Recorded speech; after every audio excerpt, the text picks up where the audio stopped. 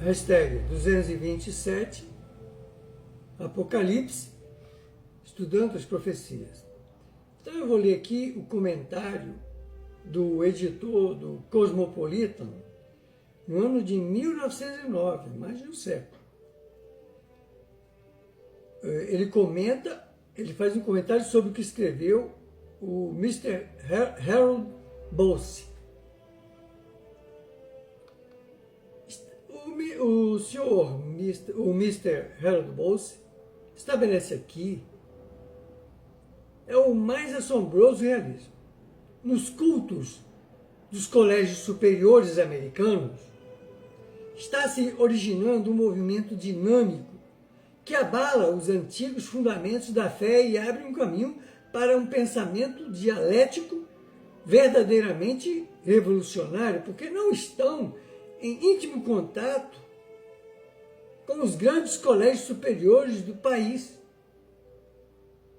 Ficarão atônitos ao saber que os credos, que poderíamos hoje identificar como ideologias, que estão sendo alimentados pelas grandes universidades norte-americanas, em centenas de classes, ensinam diariamente que o decálogo não é mais importante do que uma sílaba da Igreja de Roma. Que o lar, como instituição, já está verdadeiramente superado. É a volta absoluta ao amor livre. A moralidade é apenas uma contravenção da sociedade. Quer dizer, fecha aspas aqui. É isso que já estavam ensinando nas universidades lá no ano de 1909. Aí a gente se pergunta, por que os Estados Unidos estão daquele jeito? Pega uma dessas pessoas que filmam as grandes cidades lá, Filadélfia, Nova York, os guetos lá, para você ver. O que tem de drogados não está escrito em nenhum livro, é muita coisa. Gente que, por não ter recebido a orientação divina da palavra de Deus, porque o Espírito quer a verdade, o Espírito quer ser feliz, o Espírito, no íntimo, lá em cima, quando vem para cá, eles sabem que querem o melhor para a evolução dele, para a melhoria do Espírito dele, porque não há outro caminho, tá? Não existe o Deus do inferno, só existe um Deus. O inferno é a criação nossa, pela nossa ignorância. Bom, e estes são alguns dos ensinos revolucionários, ministrados com apoio acadêmico às mentes de centenas de milhares de estudantes nos Estados Unidos da América do Norte. Por outro lado, o periódico Independent de Nova York, expoente de alta crítica, referia-se às condições das igrejas batistas e presbiterianas com um anúncio de que os hereges ocupam os campos em Chicago e Nova York.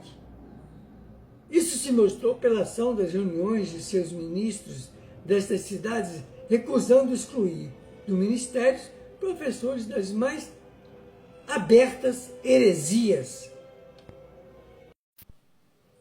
Bom, e assim se deu a doutrina marxista, as teorias de Gramsci. Vamos começar pelo ensino, para destruir a religião, para destruir a fé, para destruir a família. Vamos levar o povo para a imoralidade, porque diante da imoralidade ninguém tem respeito por nada, por ninguém. Cai na anarquia. Foi uma semana má para a velha guarda, escrevia o Independent, o periódico lá de Nova York. E essas ocorrências são provas de uma poderosa mudança de opinião sobre teologia nos últimos 20 anos. Que ninguém se iluda. O objetivo é abolir a Bíblia Sagrada como coisa inteiramente superada pelos tempos modernos, como a gente tem visto aí, né? Isso aí é o trabalho de Satanás. Ora, como tão lamentável maneira de ver sob a direção de tais homens que se dizem professores, né?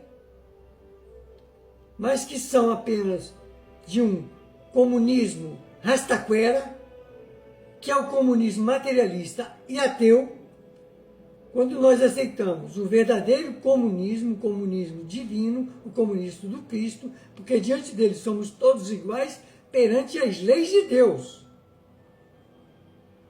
E uma das leis mais importantes desse comunismo divino é a lei do mérito.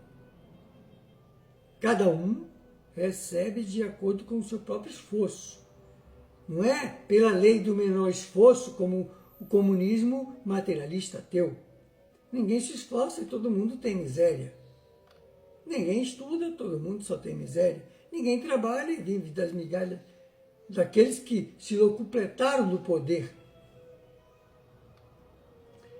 Então, infelizmente, né, esse tipo de comunismo só tem em comum a palavra comunismo, mas é totalmente oposto ao comunismo de Marx, e que só poderá ser implantado pelo próprio Cristo, porque a humanidade ainda não está preparada para ele, não tem a menor ideia de como ele funciona.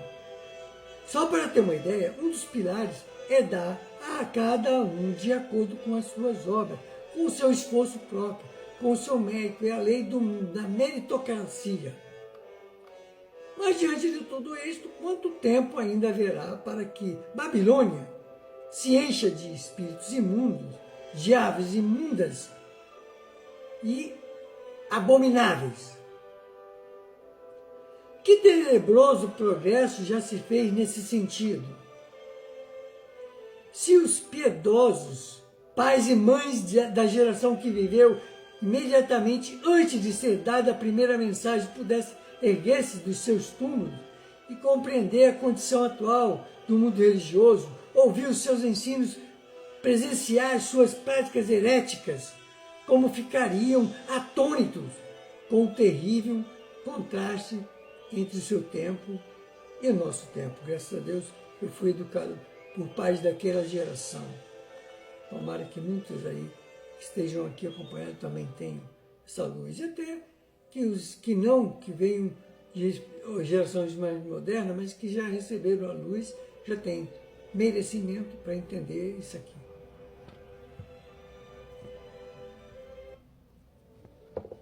Bom,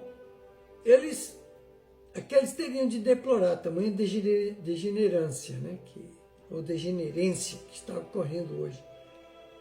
Aqueles velhos pais, né, como foram os meus pais, mas também teriam de dizer: Deus não deixará tudo isso passar em silêncio. A falsa religião cria nos alunos e nos professores a base materialista ateia, que é a coisa mais nociva da humanidade.